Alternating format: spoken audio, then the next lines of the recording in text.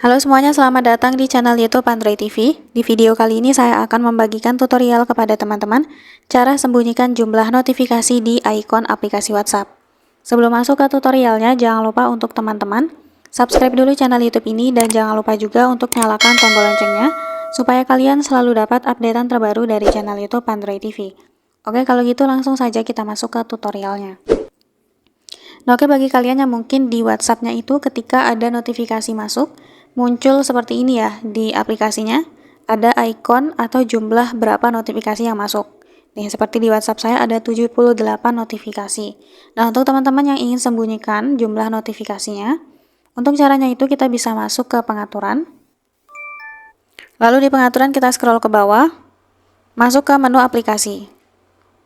Lalu kita cari di sini WhatsApp.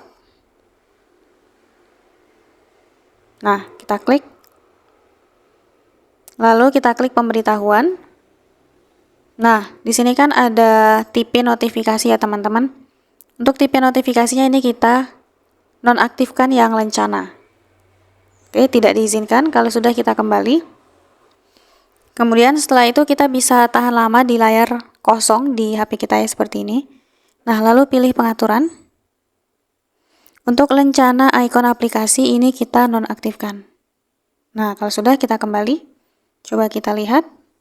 Nah, sekarang sudah tidak muncul lagi teman-teman jumlah notifikasi di icon aplikasi WhatsApp saya. Ya, jadi setiap ada pesan masuk, ini nggak akan muncul ya berapa notifikasi baru masuknya. Gitu.